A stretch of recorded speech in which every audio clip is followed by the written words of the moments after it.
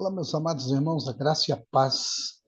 Estamos chegando na aula de número 5 e hoje vamos falar de modelos de igrejas. Eu quero começar esta aula citando a frase de um plantador de igreja muito conhecido chamado David Montt. Diz: não temos que esperar a chegada de um movimento especial de Deus. Nós, a igreja, somos o movimento de Deus na terra. Eu coloquei a frase tal qual está no original em espanhol, mas plantar igreja é isto. Então, realmente, às vezes as pessoas estão esperando que Deus faça algo para que aconteça alguma coisa. Mas nós, como igrejas, nós já somos este movimento de Deus. Deus diz na sua palavra: vós sois minhas testemunhas, diz o Senhor. A Bíblia também nos diz: eu vos dou poder. O poder é para fazer as obras de Deus. Então, com este preâmbulo, vamos já falar que existem diferentes modelos de igrejas que Deus usa para promover o seu reino. Cada modelo pode funcionar e se adaptar a diferentes locais. Não existe um modelo único, uma coisa só. Não, existem vários modelos e eles podem se adaptar a uma cultura, a uma sociedade, a certas coisas que talvez não vejamos como são no nosso meio. De acordo com o livro Plantando Igrejas Saudáveis, existem mais de 22 modelos de plantação de igrejas. Vamos mencionar alguns mais conhecidos. Este livro, Plantando Igrejas Saudáveis, não tem em idioma português. Eu tenho este livro em idioma espanhol, tenho uma síntese dele que eu poderia mandar para vocês depois. Vamos ver algum desses modelos. Bem, nós temos o modelo mãe-filha. É o método mais utilizado. A igreja envia famílias e líderes para uma nova área e fornece-lhes recursos financeiros e apoio por um tempo até que se estabeleçam. Este modelo é muito comum, foi muito comum e até hoje é muito usado aqui no Brasil com algumas modificações ou mudanças. Mas tem este modelo mãe, a igreja mãe, então vai uma família ou vão grupos de pessoas para uma certa localidade e ali elas têm o apoio financeiro. Eu tenho um amigo nos Estados Unidos, ele pastoreou uma grande igreja na cidade de Los Angeles e ele chegou a ter 10 mil membros. Um dia, sob a direção de Deus, ele chamou os principais líderes da igreja e fez-lhes a seguinte proposta: eles teriam 2 meses para procurar um local relativamente grande em diversos pontos da cidade. Los Angeles é uma cidade muito grande, com mais de 22 milhões de habitantes. Realmente é uma cidade muito grande. E o que ele fez? Deu essa autonomia aos seus líderes, a pastores, procuraram, ao cabo de 2 ou 3 meses, eles retornam, encontramos, por quê? Cada um daqueles líderes sairia dali com um grupo de 1.000 pessoas. Eram 10. Aquele pastor ficou sem ninguém. Os 10 grupos de 1.000 pessoas saíram. Alguns relutaram, mas ele disse: vão, porque eu sei que haverá um grande crescimento da obra de Deus. Resultado, hoje, em vários pontos dessa cidade, tem igrejas enormes que são resultado dessa iniciativa. A mãe liberou os seus filhos para irem para outros lugares. Então, é um modelo e um exemplo que eu estou lhes dando. E aqui, infelizmente, eu não consegui este gráfico em português, o modelo mãe-filha. Temos aqui no círculo maior a igreja mãe e as demais igrejas, observem que são, deixa eu tentar mostrar aqui, vamos tentar fazer aqui alguma coisa para lhes mostrar. Não, não, tá errado aqui o negócio que eu quero fazer. Tá difícil. Eu gostaria muito de lhes mostrar. Não tem como. Vamos ver se vai dar certo. Ah, agora sim. Aqui vocês podem ver a igreja mãe e as igrejas filhas. Temos aqui a minha mão esquerda, igrejas filhas. Aqui também filhas e também as netas, ou seja, desta igreja saíram duas igrejas e cada uma essa gerou uma igreja e esta última daqui gerou mais duas igrejas. Então, aí está o modelo de mãe e filha. Vamos ver o que mais a gente pode encontrar dentro dessa, dessa temática. Agora temos os modelos de igrejas celulares ou modelos de células, que é utilizando pequenos grupos e reuniões domiciliares como eixo central do trabalho da igreja.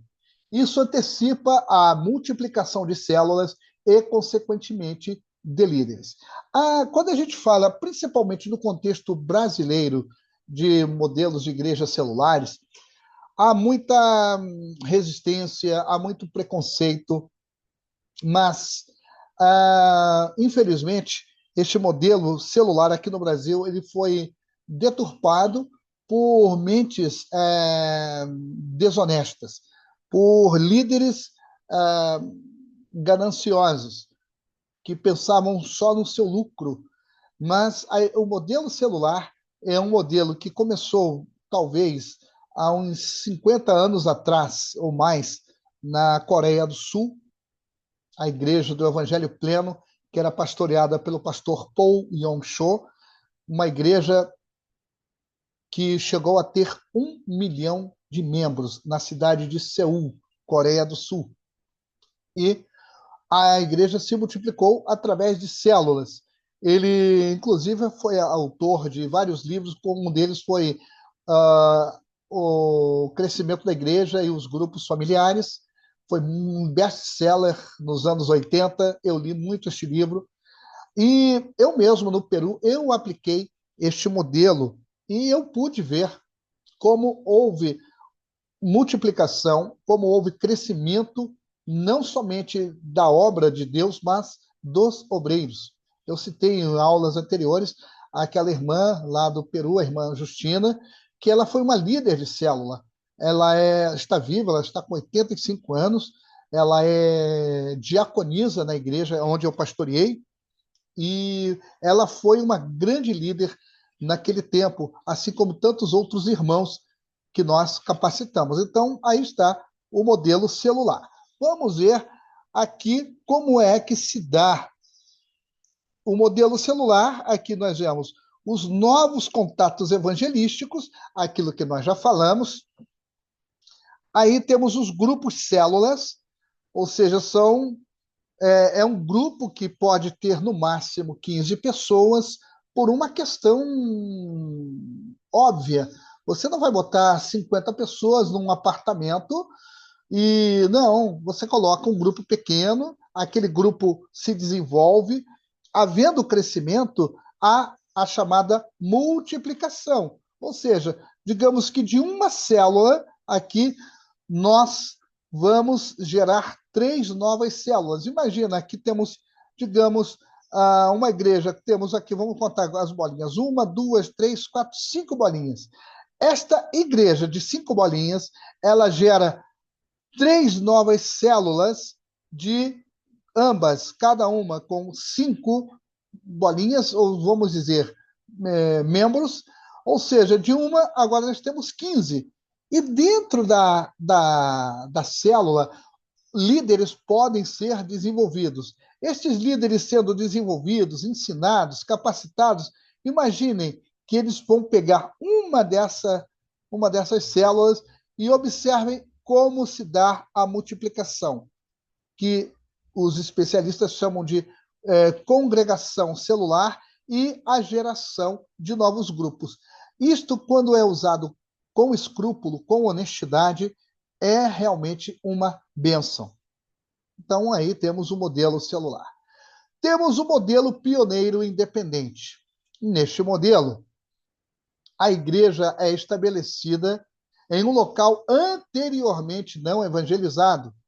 A igreja é plantada por um obreiro sem apoio institucional. Uma vez plantada a igreja, o pioneiro normalmente busca um novo local para plantar outra igreja. Eu conheço um missionário que, na verdade, eu conheci quando eu era ainda adolescente, e ele faz um trabalho assim no Nordeste. É um trabalho exponencial. Então, o obreiro vai para um local não evangelizado. Aí ele planta a igreja. E muitas vezes foi o caso aqui, que eu estou citando, sem o apoio institucional. Ou seja, não houve uma igreja mãe, nada disso. Aí aquela igreja foi plantada, os obreiros estabelecidos, aquele irmão vai para abrir outra igreja em outra localidade, ou plantar outra igreja. Então, aqui, neste modelo, o pioneiro que chega naquele lugar, ele faz o evangelismo, cria-se grupos pequenos e, consequentemente, uma nova igreja. Este obreiro daqui, ele vai para outro lugar e ali ele vai fazer a mesma coisa que foi feita aqui. É um trabalho realmente muito bom também. Outro modelo. Temos as igrejas em casas, conforme foi dito na aula anterior, certo? São semelhantes às células, às igrejas de células, mas normalmente não são organizadas sob uma única autoridade ou hierarquia de líderes. São autônomas, lideradas por membros com formação teológica e pequenas igrejas com identidade própria. Essas igrejas são amplamente utilizadas hoje em dia em países que sofrem perseguição. Então, eu já citei isto em aulas anteriores. É muito difícil querer fazer uma igreja, um templo em alguns lugares. Então, como funciona isto? Nas igrejas em casas. Os novos contatos são feitos, criam-se os grupos pequenos, e desses grupos, cada um desses grupos tornar-se-ão igrejas em casa. No caso do Peru, quando eu estive lá, na cidade de Cusco, na Zona Segura, eu me lembro que eu fui em umas 4 reuniões em casas, 4 ou mais, e inclusive numa delas eu preguei. Aliás, em 2 delas eu preguei. E muito interessante a dinâmica. E, vocês viram na aula anterior os resultados de uma igreja em casa bem organizada, ou em casas, que não é somente uma casa, eles têm várias casas abertas para a igreja. Vamos ver 10 razões para começar igrejas em casa. Aqui, primeiro, porque é bíblico. Na igreja primitiva era assim.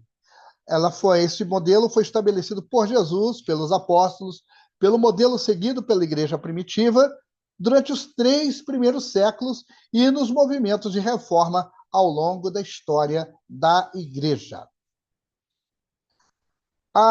No caso das igrejas em casa, elas se reproduzem facilmente. Já vimos isto, se alcança muitas coisas, e eu cito de novo o exemplo da igreja Zona Segura no Peru. Também temos, eles alcançam seu objetivo. O método mais eficaz para evangelizar e fazer discípulos é fundar novas igrejas. A maneira menos eficaz de fazer uma igreja existente crescer é por meio de programas e eventos, como nós vimos na aula anterior. Uma igreja que só vive disso, ela não vai crescer. Ela talvez inche. Ela pode ser uma bolha que um dia vai estourar. Uma igreja doméstica é o modelo mais fácil de replicar e a maneira mais óbvia de plantar novas igrejas. São mais naturais. Uma igreja doméstica é uma parte natural da comunidade. Ela compreende e se adapta melhor ao cotidiano da comunidade.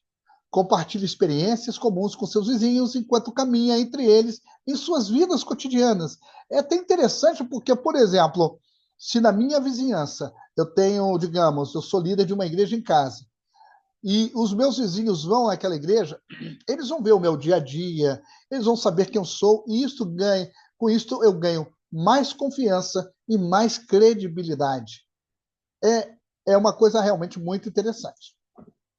É relacional, porque ela vai concentrar em construir relacionamentos com as pessoas, vai amá-las, vai ajudá-las, não como muitas igrejas fazem, que nem ajudam.